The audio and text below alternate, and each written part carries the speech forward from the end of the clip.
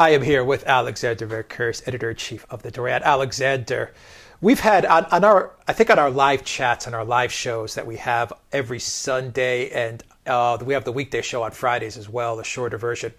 Pretty much on every show that we do, we always get a very common question, I would say, which is who is going to succeed Vladimir Putin as president of Russia when his term comes to an end in 2024. 2024, according to the Russian Constitution, Vladimir Putin cannot run again. It cannot be elected again as president. So he is officially out of the political sphere. He's retired and he goes into private life.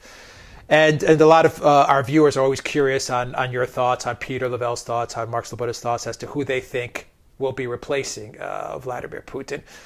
And recently, this last week, we had a couple of articles. I'm not saying they're true or they're not true, but there's a couple of articles where a lot of the geopolitical analysts are kind of saying that Putin may actually have his sight set on doing much of what Xi Jinping did in China, which is amend the constitution and make it so that he can serve out another term past 2024. What do you make of these rumors? And I would say it's gossip right now as well, because none of it is confirmed, and there has been no statement from the Kremlin whatsoever on this. Well, actually, the last isn't quite correct. I mean, the Kremlin has commented on those rumors. They said exactly what you said. They said, this is all gossip. We don't know anything about this. This has nothing to do with us. Putin hasn't been reading the Constitution, and he hasn't been thinking about anything like this. He's just getting on with his job. And I am sure that is right. I think Putin has given pretty clear indications that he intends to retire and leave politics in 2024. I don't think he has any other agenda at the moment. He could have changed the Constitution back in 2007 when he was due to leave in 2008, and he didn't do it then. I don't really think he's going to do it this time. I don't really see the incentive for him to do it. He would be, I think, going on for 70 by the time that happened. And he's made jokes about the fact that he wants to marry again, or who knows, and that he doesn't want to die in his job, which I'm pretty sure is true. So what I personally think is going to happen is I think the Constitution will remain as it is. I think Putin is planning to retire in 2024. I think at this particular point in time, he's got lots to sort out. 2019 is going to be a challenging year for Russia economically because there's going to be a VAT increase, and interest rates have had to be put up again to deal with an inflation blip. So he's going to have to deal with all of that. But the expectation is that afterwards things will begin to get an awful lot easier. That's always been the sort of project that from 2020 things will start to move much easier. The economy will start to grow faster. The military position will start to get stronger. The geopolitical position may become easier, and at that point he will start to think hard about who is the right person to take over from him when he is gone. And I think at some point we will see a government reshuffle. I expect that Dmitry Medvedev, who's currently the prime minister, will either retire or be given some other post. Some talk that he might be made president of the Constitutional Court. He's actually a very good lawyer. He'd probably be good at that. And we will see somebody put in place to serve a sort of 2-year apprenticeship under Putin as prime minister and groomed to take over when Putin is gone. I think that is probably the scenario we should be looking at rather than all these constitutional changes that people are talking about. Real quick, you mentioned 2019, a hard year. You mentioned the VAT increase. Can you quickly explain what that means and why that constitutes a hard year for 2019? Yeah, I think the Russian government has long expected that there would be an uptick in economic growth in 2017 and 18, which there has been.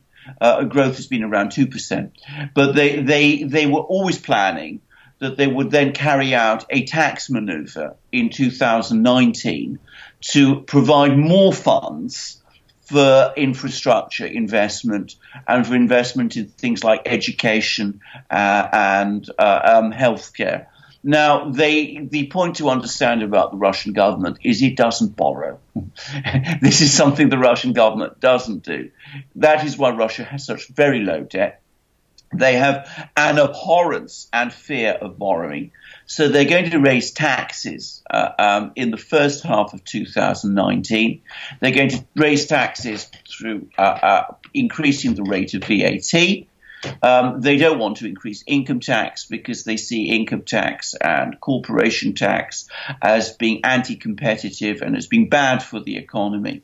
So they're going to increase VAT. That will push up inflation slightly. The central bank is responding to all that by increasing interest rates.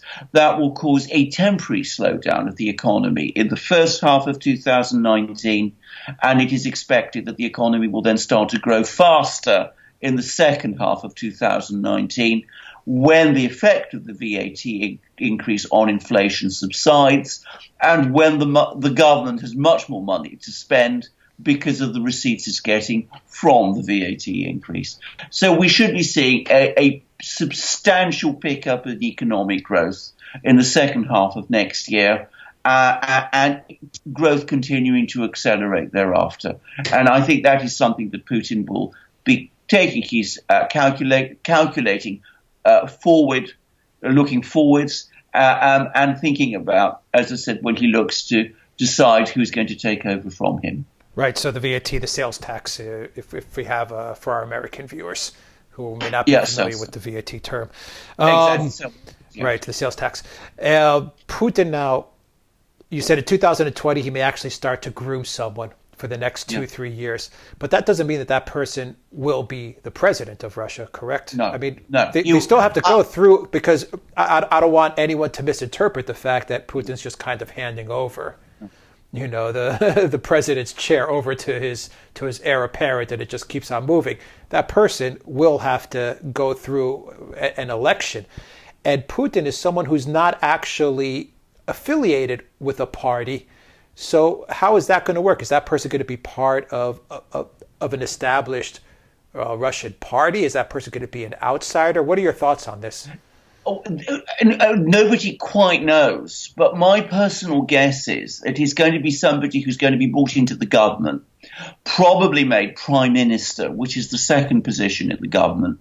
The prime minister is the sort of operational manager. He or she has the task of actually running things, with the president making the big decisions, but the prime minister actually implementing them. So that gives a person who's going to become president in future a very good sense of how things work. And Putin has said that it helped him a lot that he was prime minister before he became president. So I think that's one thing that he's going to do. The other thing is that you're absolutely right. You don't just want a technocrat and a manager. You want somebody who's good at winning elections. You want somebody who's a good and effective politician. And at this moment in time, the political system, the party situation in Russia, doesn't make it very obvious and very clear who that person might be, because the political parties are not very well effective in Russia. And they will want someone, I think, who is going to be a successful politician. And that means, I think, looking outside the party system, perhaps at regional governors who do have to run elections, who are not really very associated with political parties in Russia. They have a sort of tenuous connection, but it's not very strong. And I think Putin will be looking at those people over the next couple of years, thinking who has done well in those jobs, bringing them to Moscow, giving them government positions, eventually appointing one of these people prime minister, and eventually, when he goes, saying to the people of Russia, this is the person I think is the right person to follow me as president. And you're absolutely right. It's not automatic. It will be the Russian people in an election who will in the end decide. Now, speaking before we did our live chat today, Peter Lavelle, we were speaking between the three of us, and Peter Lavelle mentioned, and I think this is an interesting point, which I would like you to elaborate on, that if it is indeed the wish for Putin to stay past 2024, it's not his wish. He's not the one that's saying, I want to stay. It's actually the powers that be, the government, the military, the central bank, all these people that don't want him to leave because he's done such a good job as president of Russia. What do you make of that? Is that true? Would that be a true statement? Well, first of all, he is a brilliant manager. I mean, Oliver Stone's film on Putin actually brought that out brilliantly. And what a very good manager he is. So whoever takes over from Putin is going to have a massive job. Comparing himself and coming up to the sort of level that Putin has already established. And I can very well believe that there are many people in the government and in the military, the foreign service, all of those who are going to be very nervous losing this immensely capable and talented manager and politician. And they're going to be very unsure about who might want to take over from Putin. And they might even be whispering into Putin's ear, well, do you really want to go? Why don't you stay? You're, at the top of your game. Russia needs 4 more years, 5 more years. Exactly. I think Putin I'm sure Putin himself doesn't want that. And I think there are going to be other people in the government who are going to be saying to themselves, well, actually, sooner or later, Putin is going to go. He's a human being. He's mortal. He's going to die. We need to transition away from Putin sooner or later. And it's better that it happens under Putin's own watch, with Putin preparing his successor and presenting him to the people, rather than it happen chaotically in a couple of years' time, when the country is less prepared for it than it might otherwise be. So I think there might be some people like that within the government and the elite who want Putin to stay, but I think there will be others who will go along with what Putin wants, because they will understand that it is in Russia's better interests that it happened that way. Boy, what will the mainstream, the Western mainstream media, the fake news, and all the politicians in the West do once Putin leaves? Well, who will they target? Who will they target then? Well, it's a very good question. I mean, they've made such a demon of Putin. What they need to be prepared for is that whoever takes over from Putin is going to be a much harder man towards the West than Putin himself has been, because that reflects what general mood in Russia is. By Russian standards, Putin is a moderate. I've been pointing liberal, but in many cases. In many cases, exactly. So they may find that that Putin, when he's gone, God help us, they might even miss him. Yeah. I'm sure they don't believe that, but that's a real possibility, and what one should discount at all. Yeah, when he's gone, there might be like a collective, sigh of relief from the Western mainstream media and the deep state, but it's kind of like, well, not so fast. This guy coming up now is going to be a lot tougher. Well, indeed, sir. Exactly. I mean, I can very easily see that happening. And as I said, if you ask people on the street in Moscow what kind of, in Russia, what sort of leader they would like, I think they would probably want someone who's like Putin, except towards the West, even less accommodating than Putin has been. There was an extraordinary interview, by the way, which I think brought this out brilliantly, with Sergei Lavrov, who is the foreign minister, who is very much a Putinist and has always wanted, to maintain at least a civilized dialogue with the West, and some journalists from Komsomolskaya Pravda, which is far and away the most popular newspaper in Russia. And they absolutely tore into him. They said, why is Russia always so accommodating with the West? Why is it prepared to, give so much and be so moderate?